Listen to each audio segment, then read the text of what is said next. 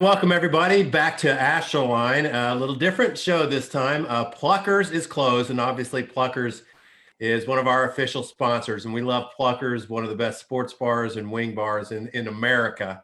But I'm joined by Jeff Blum. I'm Steve Sparks Blummer. A little different this week. First and foremost, how are you doing, man? I hope everybody's doing well. You know what, Sparky? We are doing okay. We've had power off and on. Obviously, we've been on right now to be able to get this thing, this Astroline up. But my skill set as a father and adventuresman is expanding by the day. How you doing? We're doing well. You know, we had pipe burst like a lot of people, and power was out for about a day and a half, and all that stuff. And everybody's going through it. And I understand that there might be people listening to us that are still without power. So I want to just count our blessings right now and hope everybody's doing okay, right? Dear Lord, yeah, I hope everybody's hanging in there and doing all right, grind this thing out. And hopefully by the time they do listen to this, that things are starting to warm up a little bit and we can get back to having some power and getting back to enjoying this great state. Well, that's what this is all about, man. This is the hot stove show. I mean, we do it in the dead of winter, and this is what we do. Astroline is brought to you by Carbach Brewing, usually at Pluckers, but today we're in our offices at home. But Brent Strom was the guest this week, the Astros pitching coach, and Todd Callis actually got a chance to have an extended conversation with the best pitching coach in America, and we'll hear all about it in just a moment. Glad to be joined by Brent Strom, the Astros pitching coach. Big day, pitchers and catchers report. Stromy, that's always an exciting day for you, I would think. Yeah, you know, especially this year, there's going to be a lot of new faces that I've been filled in by our minor league people, and a lot of good young arms are coming. It's always an exciting time. I think we're going to have to rein them in a little bit because I know they're going to come in ready to throw 100 miles an hour from the first day. So it's going to be interesting to have the combination of the veterans that kind of know what the gig is and the young guys. So we'll find a way to get everybody done. What happens on that first day? Obviously, a lot of these guys have been in prior to the first official day, but what happens on that first day the pitchers and catchers are allowed to report? Well, the first day, I've already kind of done the schedule up until I think the first 3 games of spring training. And so the first day is basically an orientation day, kind of some of the rules and regulations. I do make them be aware in a meeting that our primary focus is to get the major league pitchers ready to pitch in the big leagues, and that I will fill in with the new guys to get them some exposure as much as possible.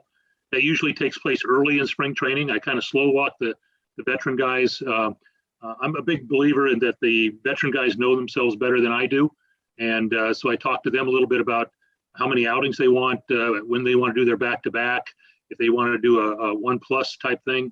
But with the young guys, their job is to be ready. They've all been aware they're going to pitch early, and they have to come in ready to pitch from the first game, which is going to be on the I think it's the 28th or so, our first game against the Marlins, and then we roll from there.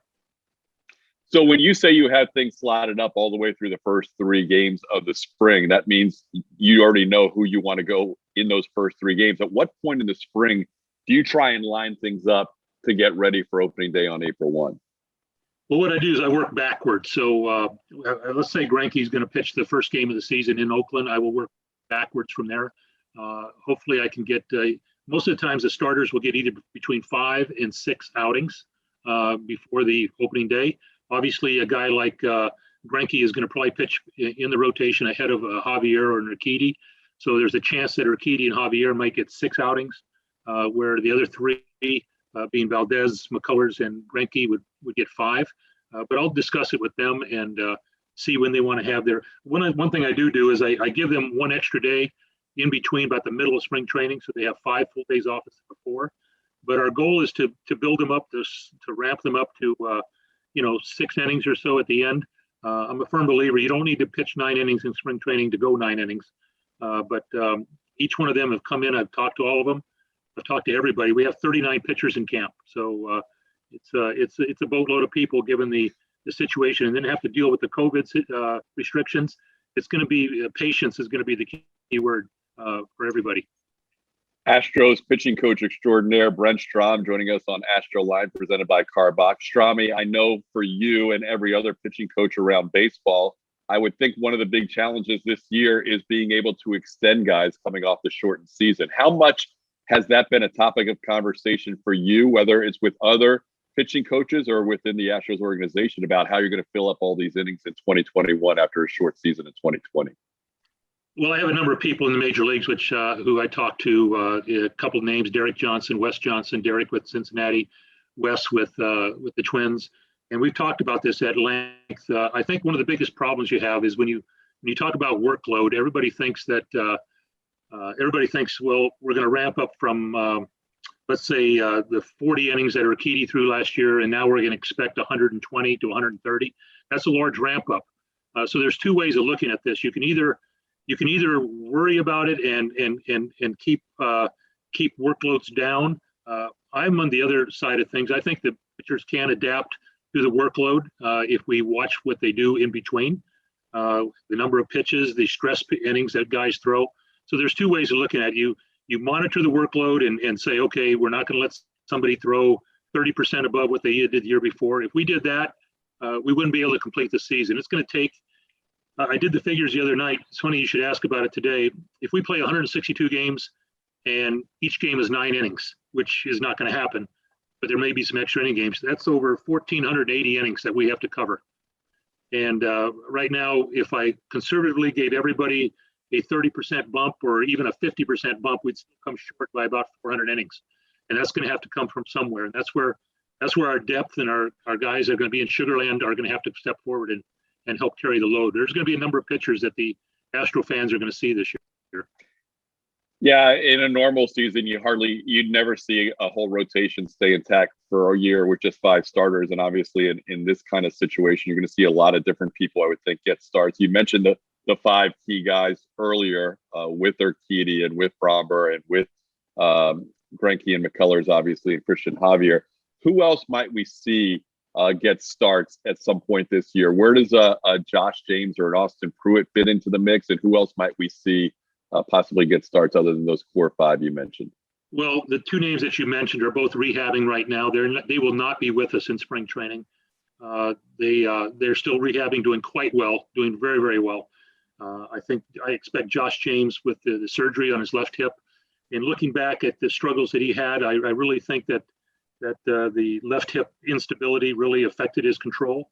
And I think and Austin Pruitt is coming along fine.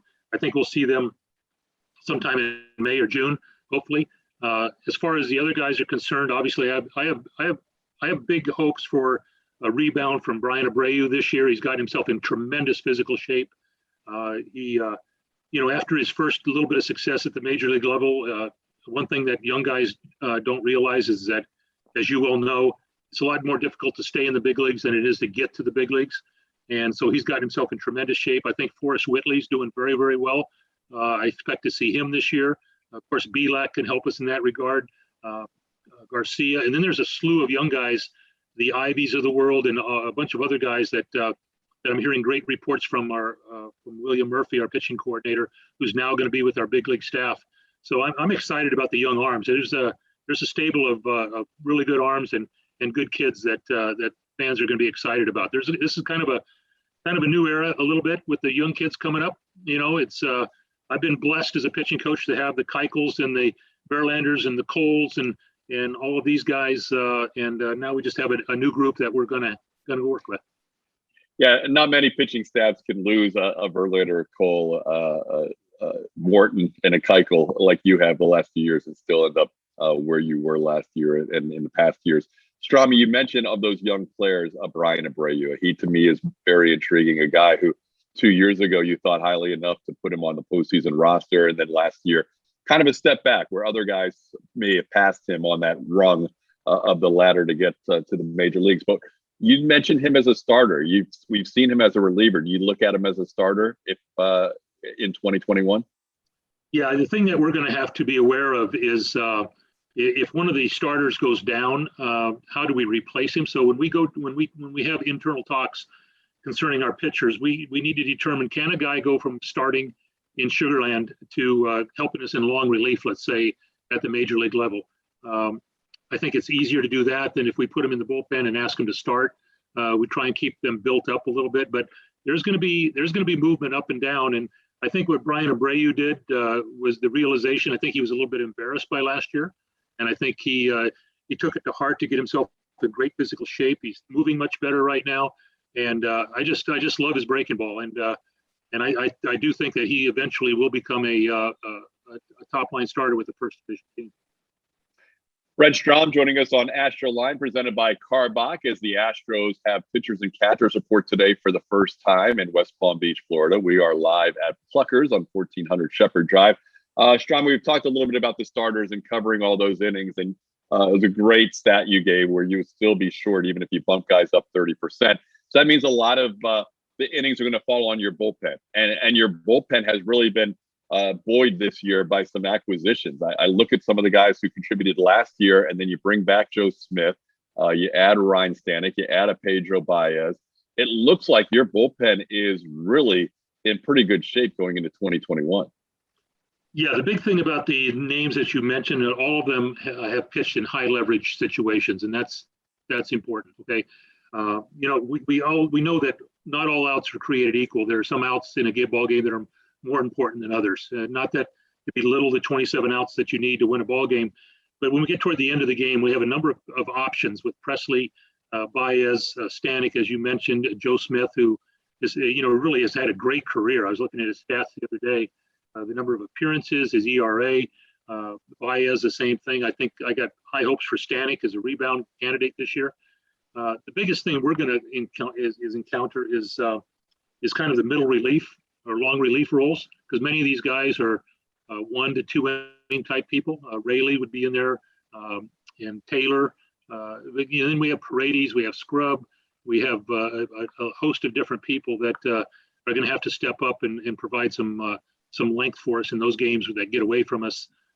So it's going to be a challenge, and that's why the Sugarland team, and even on down from there's some quality people going to be pitching in Double-A also, that they're going to be relied upon to get us through this season. One name I failed to mention, he's very similar style-wise, maybe even a little lower as a submariner than Joe Smith, is Steve Seashek. He's a veteran who's been around a little bit. That's unique to have a couple of righties that throw submarine style. Does he have a chance to make an impact in 2021 as well? Well, there's no question. I think that was one of my bigger impact moves this year. I helped try and recruit Hendricks. I lost out on Hendricks. I lost out on Hand. I have spoken to Rosenthal a little bit because he's a friend of mine from the Cardinals organization. But Seashek is, he's got 130 plus saves. This guy is very unique in his delivery.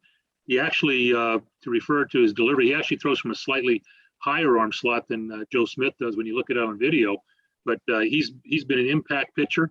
And we're really happy to have him on board and to get him involved. He lives pretty close to the complex here, and I think he saw an opportunity with a very good team to get back to where he was in 2019. I think last year was an aberration. He pitched very well in spring training 1.0, and then struggled a little bit for whatever reason in spring training 2.0, and never got off the mark. So very grateful to have him come on board. I know the other teams were interested in him and also.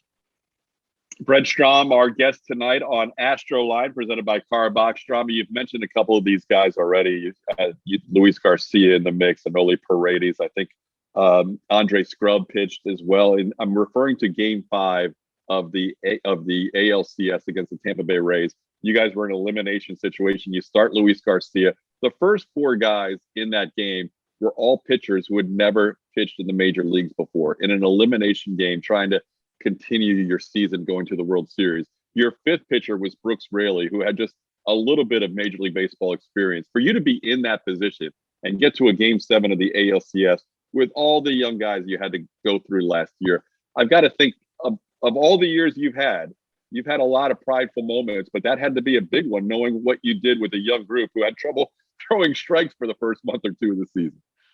Yeah, our backs were up against it a little bit. We knew if we get to Game 7, that we'd have Mccullers available to us, and they did a great job. Garcia, I think, got out of the 1 inning with a bases loaded situation, got a fly ball to get out of that, and we got a couple runs on the board, which kind of eased it a little bit. And each guy did a tremendous job. I told all of them they should be very proud of what they accomplished.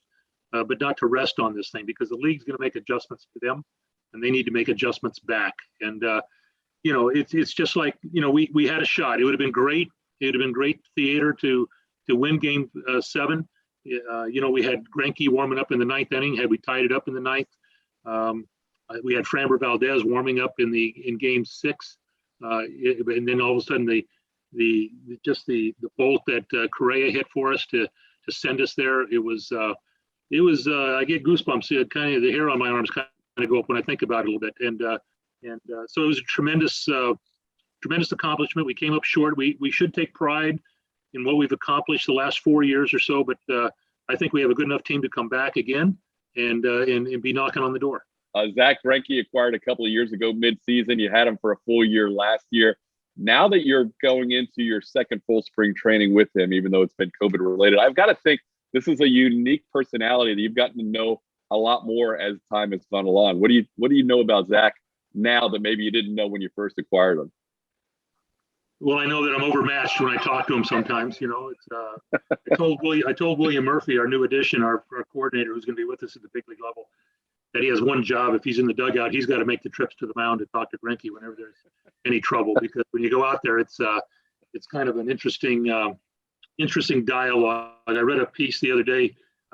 Catcher went out to talk to Greinke in a crucial situation, and Greinke wanted to make a fantasy football trade in the middle of the at bat. So that's kind of where his mind is. But this is a Hall of Fame pitcher, and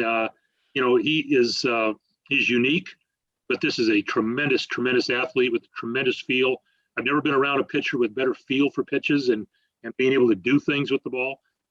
Great feel for speeds, and just a very unique. And I feel blessed to be able to, I learned from this guy, on the pitching side of things, and he's not afraid to voice his opinion. If I try and peddle something that doesn't hold water, he'll let me know, and I reevaluate. But I'm hoping to get 200 innings out of this guy. He's a tremendous asset to this ball club.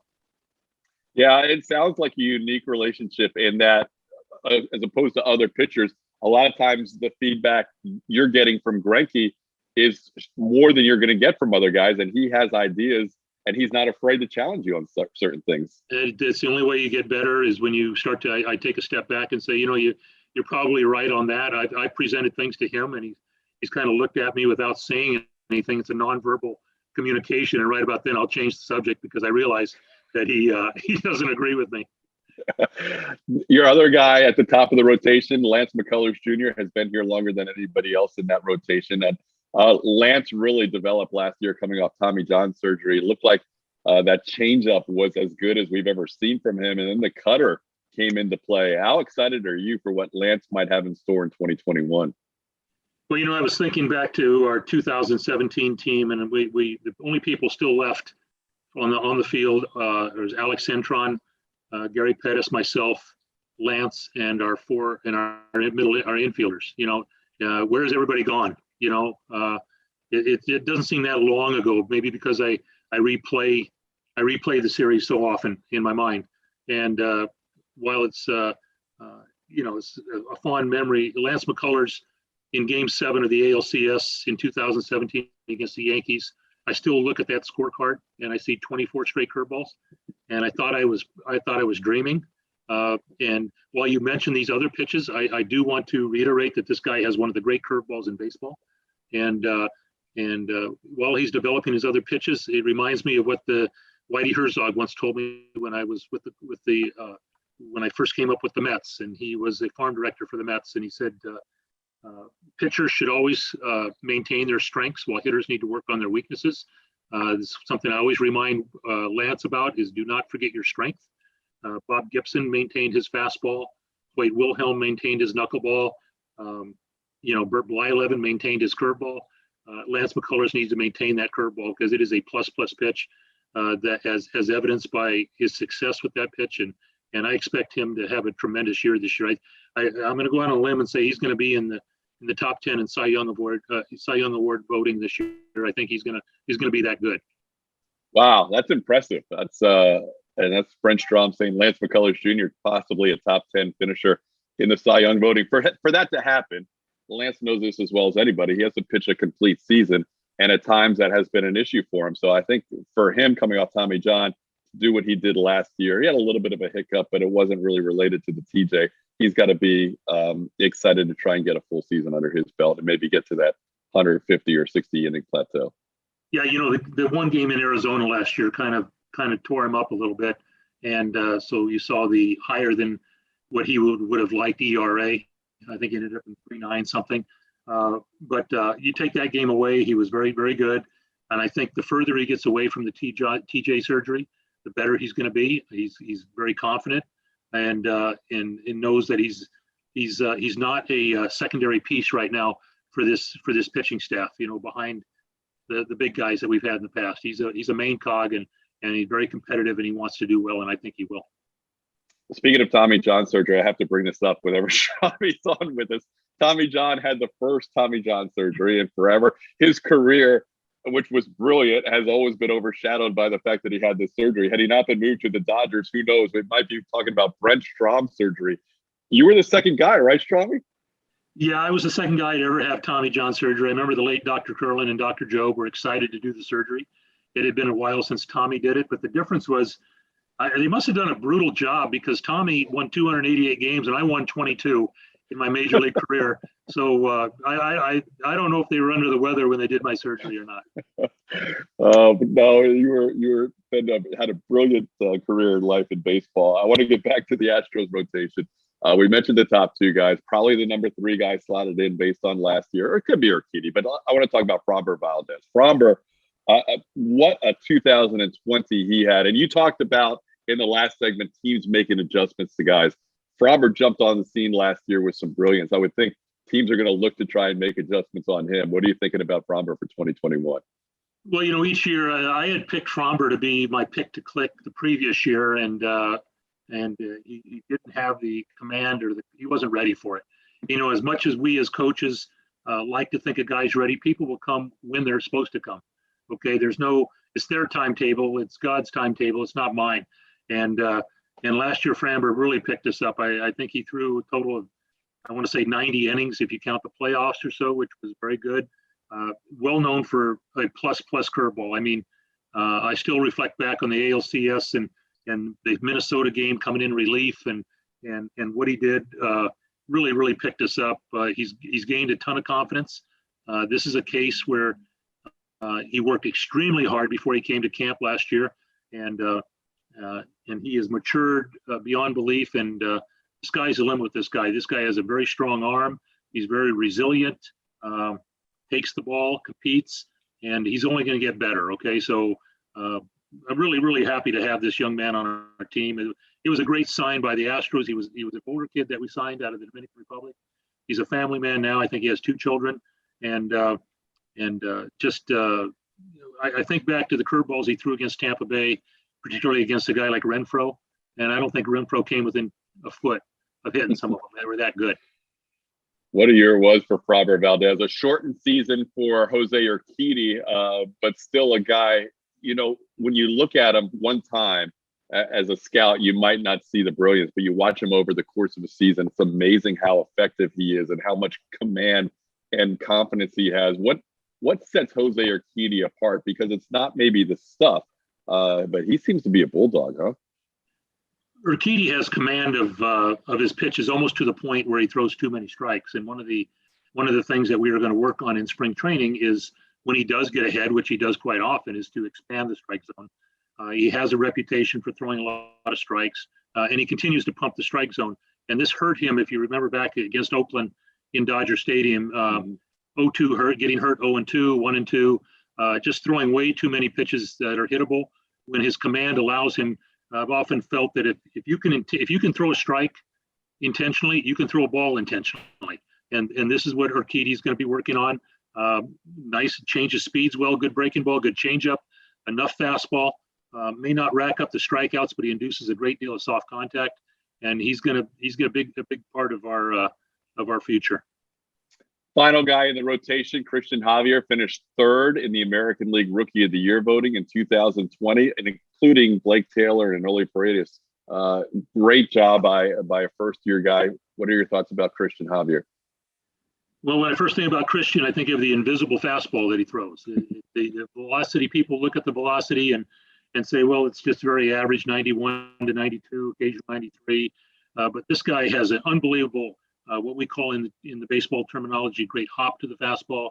It jumps on the hitters. It has a uniqueness about him. And uniqueness is key for the pitchers. That's why you see a Joe Smith, a Seashek, a Javier, others around the league that when you're unique and you're not like everybody else, you really stand out in your ability to get hitters out, because hitters basically have an idea where the ball is going to be at what point in time. And if it's not the same that they're used to seeing all the time, you get a lot of swing and misses.